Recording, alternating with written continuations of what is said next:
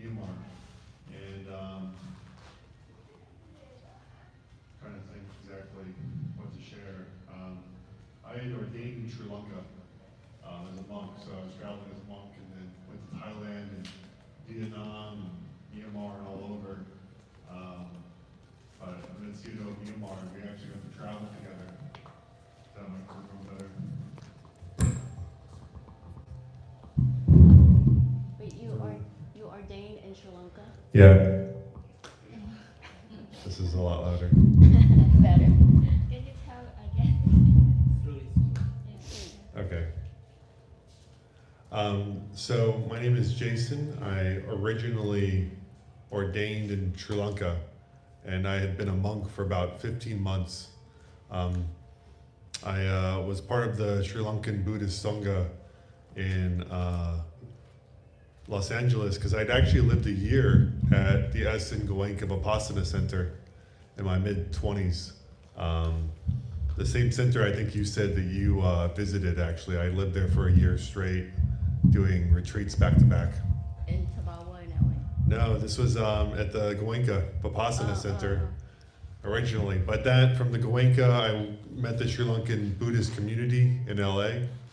And then from there, I ended up ordaining in Sri Lanka, and would live there for almost a year, but then my visa expired, so I started to travel. And one of the places was going to Myanmar, where I met Sayadaw. And I got to travel with him as a monk and explore the world and his teachings. And got to meet Rob there too, who Varapanyo, who used to be a monk, used to travel as well. And so it was a great experience, learned a lot about detachment, and I ended up disrobing and had to kind of come back to the world because of COVID. And it took me a while to get back on my feet. It's windy. You're too tall, that's why. It's okay. So I ended up, where did I start off there? So I ended up having to come back to Los Angeles because COVID happened. I got stuck in Sri Lanka for 6 more months after I disrobed. And then I came back to Los Angeles because that's where I'm from. And it took me the last about 6 years really, maybe more like 5 years to get back on my feet and make a living and do well enough that now I can leave everything again. And I actually plan to go, because Rob is in Vietnam, so I'm gonna leave everything in September and go start a meditation center with him in Vietnam. And so, yeah, that's my plan right now. You know, he's obviously deeply into meditation, and so am I. And it was actually one of my favorite places out of all the places we visited. I feel like it had a lot of the kind of fun, free spirit of Thailand, but also like the coffee culture and everything else of like Korea and Japan. So I felt like it was a good middle ground. And yeah, I also taught English in Korea for a year prior as well. So it's been almost 3 years in Asia total before. But anyway, yeah, I just wanted to share a little bit that my plan moving forward is to move to Vietnam in September. Wow. I quit my job probably in August, and then I'll visit my parents, and then I'll go there, and you know, probably for the next 2-3 years, and then after that we'll see what happens. Is she coming with you? Possibly, she wants to desperately. Hopefully, sooner rather than later. Yeah. Okay. But yeah, Okay. Anything else? that's it. Thank you.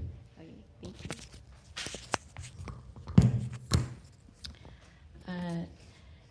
Tôi tên là Jason.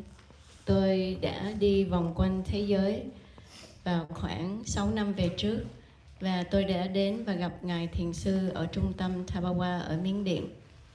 Trước đây tôi đã từng xuất gia ở Tích Lan, và tôi đã sống một đời sống của một vị tăng trong vòng 15 tháng. Sau đó tôi cũng đã từng đi du lịch qua Miến Điện, Thái Lan và Việt Nam. Và tôi cũng trở thành À, tôi cũng tham gia vào Phật giáo của Tích Lan ở Los Angeles và tôi cũng đã từng ở trung tâm thiền của Ngài Goenka hơn 1 năm. Sau khi đi vòng quanh thế giới thì visa của tôi đã hết hạn và tôi đã quay về nước.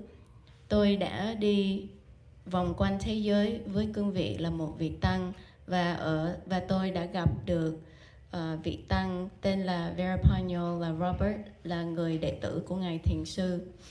Người cũng đã từng xuất gia và người cũng đã đi vòng quanh thế giới. Thực ra đó là một trải nghiệm rất là tốt. Tôi đã phải xả y vì đại dịch Covid và tôi đã cần gần 5 năm để có thể tìm lại việc làm sau khi tôi quay về lại Los, và tôi đã có thể tạo ra tiền. Trong vòng 5 năm tôi đã tích lũy được đầy đủ tiền bạc và giờ đây tôi có thể từ bỏ mọi thứ một lần nữa.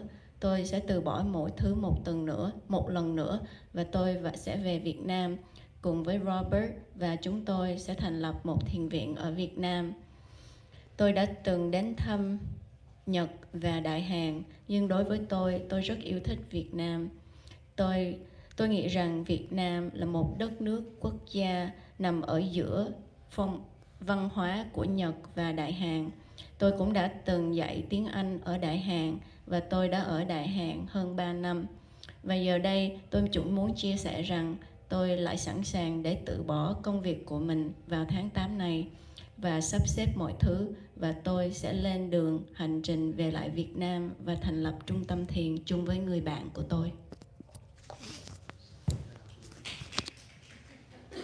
Thank you. We have to head out. But, Can we visit your center? of course, yeah. I'm sure we'll be in communication.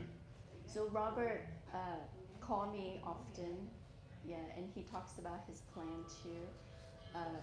He actually, he married a nun who was Seattle student as well, and I was able to speak to both of them. And they were very happy and became Dharma friends. Yeah, so he called once in a while on the Dharma tour, and he would express the gratitude and wishing that he can join the Dharma tour. But I didn't know that you guys have that connection, and if you, yeah. When he first joined, we joined together. So we were like the two Westerners traveling with Seattle in the beginning. Wait, did you go to Australia with him? I didn't go to Australia. We went to like Malaysia, Singapore. He did a U.S. trip, London. We went to some other places too.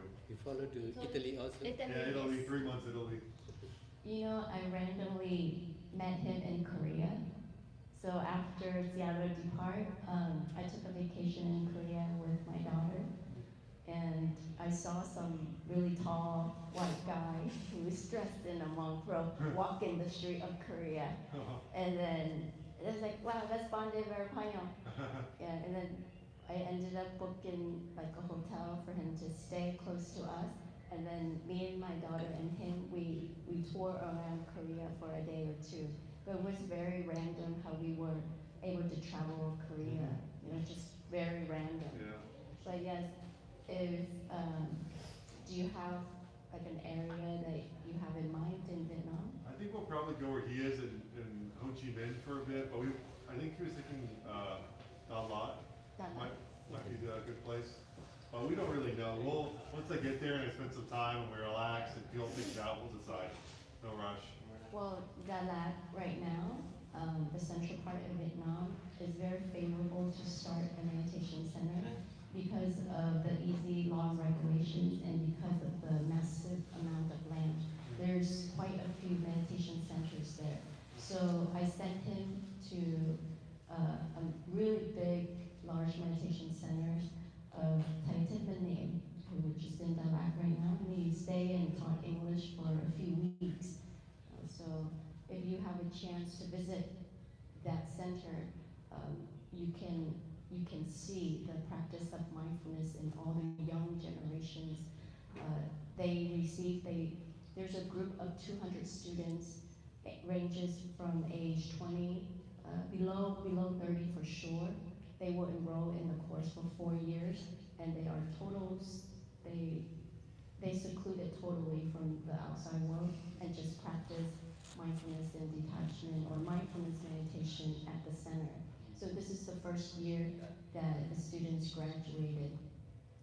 And if you have an opportunity to go and visit the center, it will give you some idea on where to choose the land or what it's like, to have a center.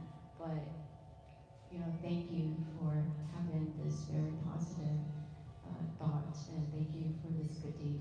Yeah, thank you.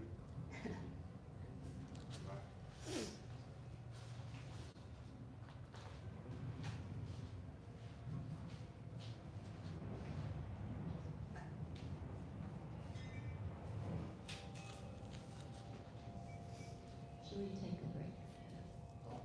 Oh, or one more question. Yeah. Should we Take a continue? break, come on.